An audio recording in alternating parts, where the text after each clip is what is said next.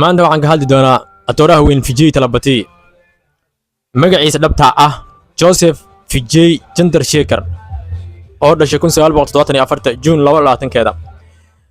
waa actor waana siyaasi wuxuuna 30 sano ku sameeyay 69 film filimkiisa ugu dambeeyay ahaa Jana Negam filimkiisa ugu horeeyay ahaa Vetri arurahan uu ku keenay mideeda kale atoorahan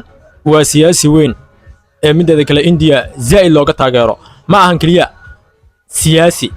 waa nin waxaan ku dhahay aqligiisa igraadkiisa sareeyo waayo filimkiisa hadda ugu dambeeyay oo ka turjumaya filim kale koobigiisu ahaa sida hadda anaga aanu arkaynay anaga oo noo tusayay laakiin isaga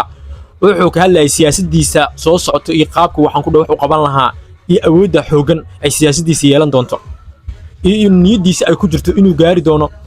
prime minister inuu ka noqdo taamil kaliya ma ahan wuxuu rabaa India prime ministerkeeda inuu noqdo ra'iisul wasaaraha India inuu noqdo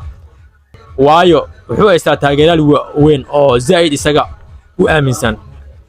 mideeda kaleete inkastoo India ay diino badan ka jiraan Vijay Talapati haddana dib oogama harin siyaasadiisa wuxuu tagay kaniisadaha uu tagay Kristiyaanka uu booqday ee mandarada waa uu tagay Hinduuga muslimku waa uu galay masaajidka jamaacada waa uu la galay intaasna